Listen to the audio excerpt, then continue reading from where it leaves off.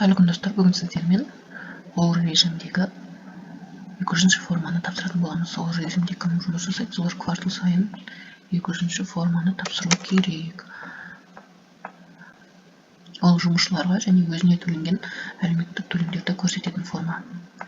2-ші форма бізде 1-ші квартал 2026-ны таңдаймыз.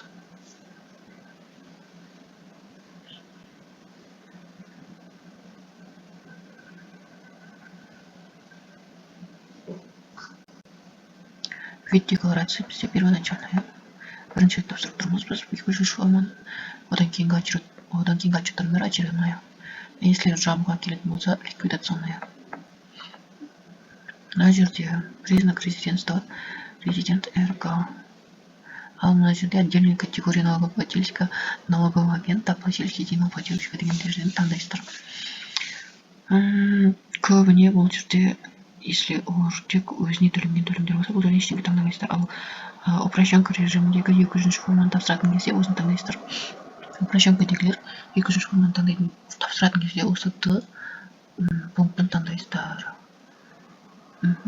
Сосын мынандай, если собственное производство жаңағыдай ауыл шаруашылығындағы өндірілетін өнімдерді өзі шығаратын болса, мына жерде таңдайтын категория бар.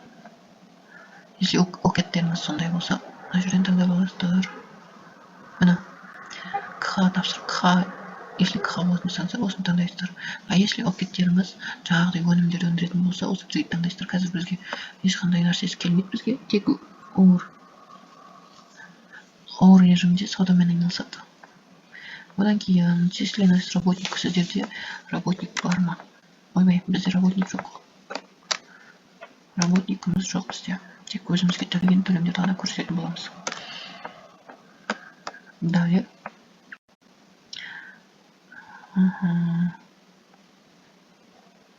Бұл жерде біз ештеңкені толтырмаймыз. Сумма социального налога дейді. Арлық мына жерде бізде приложение толтырамыз, өзімізге құйған төлемдер толтыру үшін. Мына жерде бірінші приложение таңдап аламыз. Далее басамыз. Сосын бізде жаңағы толтырылатын приложениеміз шығады. Бұл жерде ИП налог дегенді толтырмаймыз.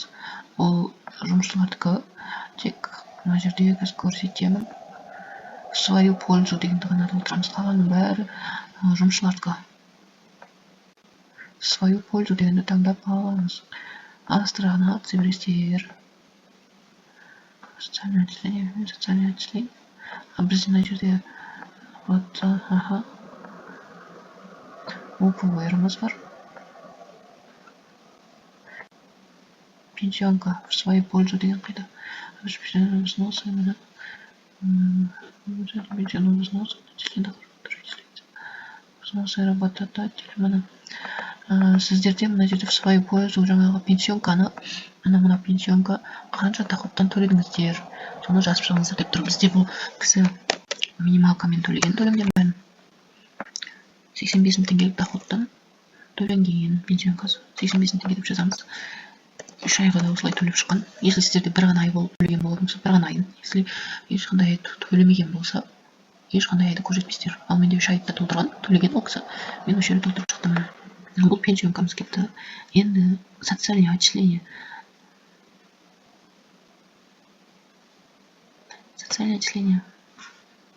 Социальное налог. Социальное отчисление мені. Социальное отчисление в свою пользу деген жерді ғана толтырамыз. Доход, қанша доходтан социальное отчисление төленді. Бізде минималкадан төленді. 85 мың теңге доходтан төледі. 85 мың теңге деп жазамыз. 3 айға. Сосын медстрахование тоже в свою пользу деген таңдап аламыз. Мына жерлерді қарайсыздар. Осы главадан сіздер в свою пользу деген таңдап тауып аласыздар.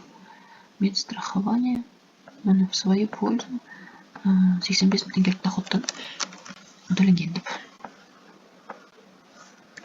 85 мың теңге.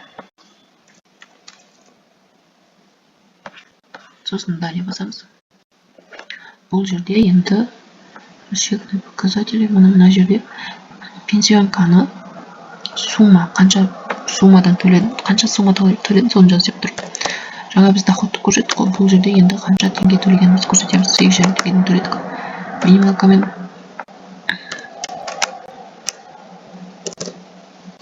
8,5 теңге көрсетеміз. Одан кейін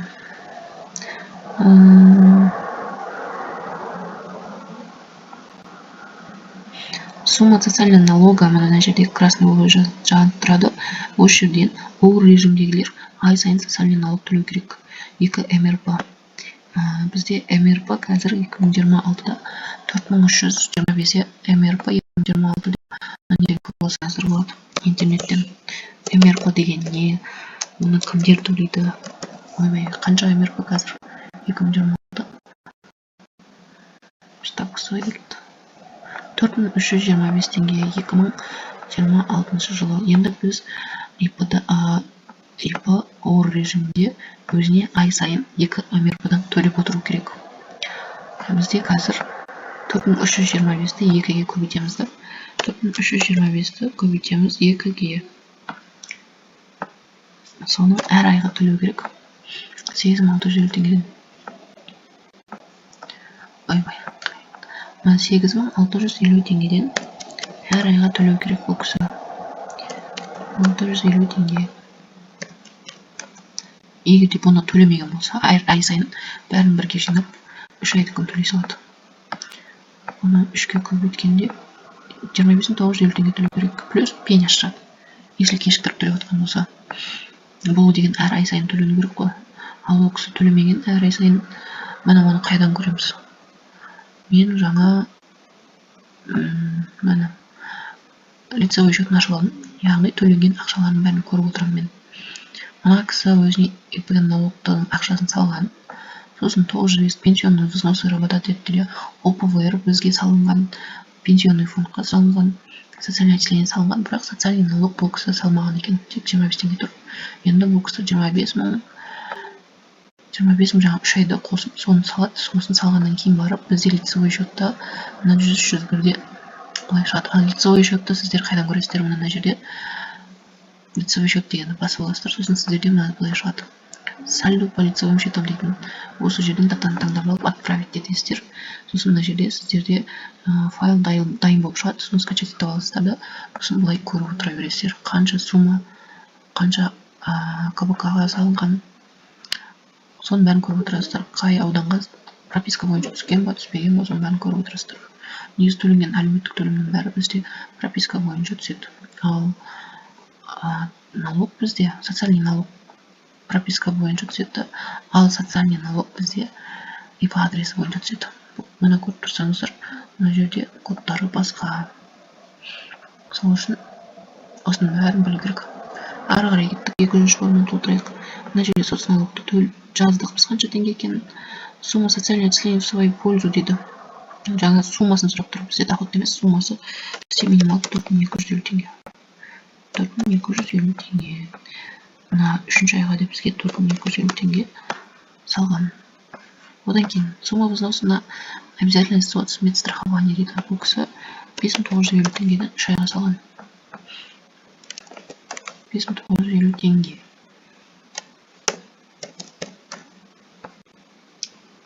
Енді мына жерде жаңағы ОПВР-іміз төлейміз, жазамыз. ОПВР бізде 2026-да 3,5%, 85 теңге доходтан 3,5% 2975 теңге шығады. 2975 теңге.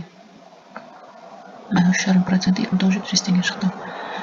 Ол кісі 2975 теңге салған ба, салмаған ба көріп аламыз. 2975 теңгеден 8925 теңге тұр. 3 айы 8925 теңге түскен міне. Бұның бәрін негізі ЕГОВтан выписканы бүйтіп алып көресіздер ғой. Мен бұның бәрін көріп шықтым, соларды жазып отырмын енді. Оларды лицевой счеттан да бір қарап аласыздар. Полный налог шығарыпсыз ма, түспеді ме? Сосын мына жаққа отырғызасыздар. 2925 теңге. Осылай отырғызып шығасыздар. 2925 теңге. Болды, өзімізге төленген төлемдерін бәрін отырғыздық. Мынау бізде ОПВР, медстраховка, социальное отчисление, соцналогымыз, мынау пенсионкамыз бәрін отырғыздық. төленген төлемдердің бәрін. Сосын мына жерде 2026 жылы көбісінде прописканы қате көрсетіп жатады. Прописка бойынша мына жер көрсетесіздер. ИП-ның адресі бойынша мына жерге көрсетесіздер. Мына код орган государственных доходов ИП налог и соцналог бойынша біз ИП адресіне төлейміз. Сол үшін бұл жерде ИП местонахождение, ал место прописки дегенді көрсетесіздер. Оны қайдан көреміз? Мына жерде посмотреть профиль деп асты жағына түссеңіздер, мына тұрады. По местному нахождению 6008 6008 0903 0903 бізде Жамбылский район. Мынаны көре салайық. 0903-ке түскен ба бәрі? 0903-те тұр. Мына жерге галочка қоямыз. Проверить ошибку не обнаружено дейді. Буду сформировать отчет етіп отчетты итспегімен қол қойып жіберетін болады. Бұл тұрғандарыңыз бір көріп алыңыздар. Бізде 2026 бірінші кварталында первоначальный отчет. Бізде жұмысшы жоқ, 0 көрсеттік бәрін. Мына қандай доходтан төленді бәрі, доходтарды көрсеттік. Пенсионкамыз мынау соцналогымыз, мынау 4250 теңге социальный отчислениеміз, мынау медстраховкамыз, ал мынау ОПВР бәрін отырғызып шықтық. Енді подписать и отправить етеміз.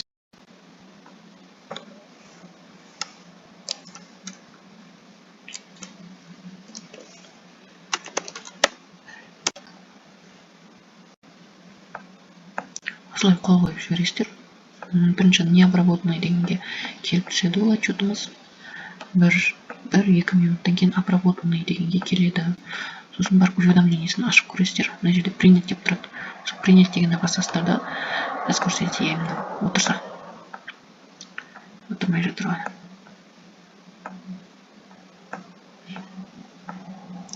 Мына енді обработанный болды.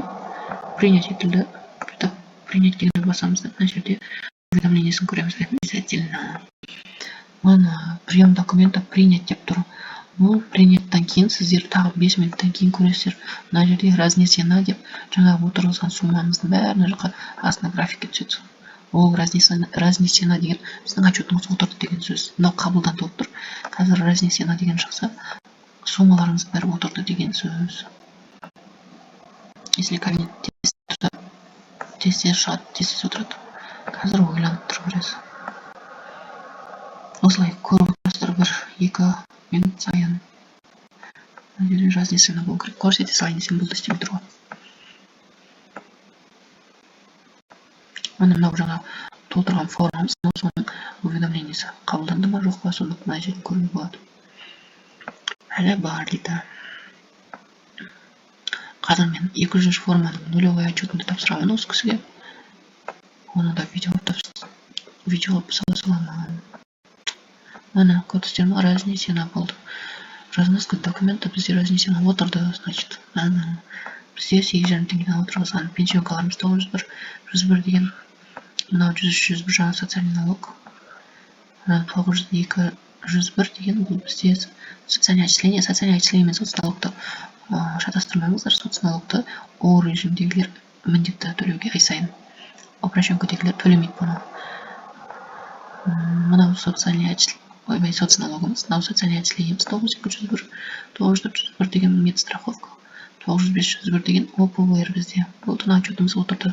Енді бұл жаңағы суммаларды қайдан көреміз отырған, жаңа ақшалар алынды ма, алынбады ма? Мына ақшалар бар еді, біз лицевой счетты осылап отырғыздық біз. Бұл ақшалар алыну керек енді. Оны біз лицевой счеттан басынан алып көреміз. Біздің счетымызда. Отправить етеміз. Мына жерге в обработке болып тұр. Обновление жасасаңыздар, кейде сразу осылай шығады, кейде кабинет істемей тұрған кезде күтесіздер оны қайта обновить етіп. Скачать етеміз. Ана скачать етілді. Көреміз. Ана бізде пенямыз шықты. Медстраховка. кечигип төленгенге оған 100 теңге салынат минимум. Пенсионкаларымыз бәрі отырды. Және соцналог жаңа төлемеген еді ғой. Осы мен сұрап шықты. Мынаны төлеу керек енді. Сосын пеняларын төлеп шығады. Болды, осылай бір тексеріп аласыздар. Соцналогты төлеген кезде мына обязательно мына жерге қарайсыздар. Мына КГД-ға төлеу керек. Мына бұрынғы адресіне емес, мынаған төлеу керек. Соған төлетіп аласыздар. Болды. Пеняларын бір тек төлетеді 100 теңгеден. И соцналог төлейді.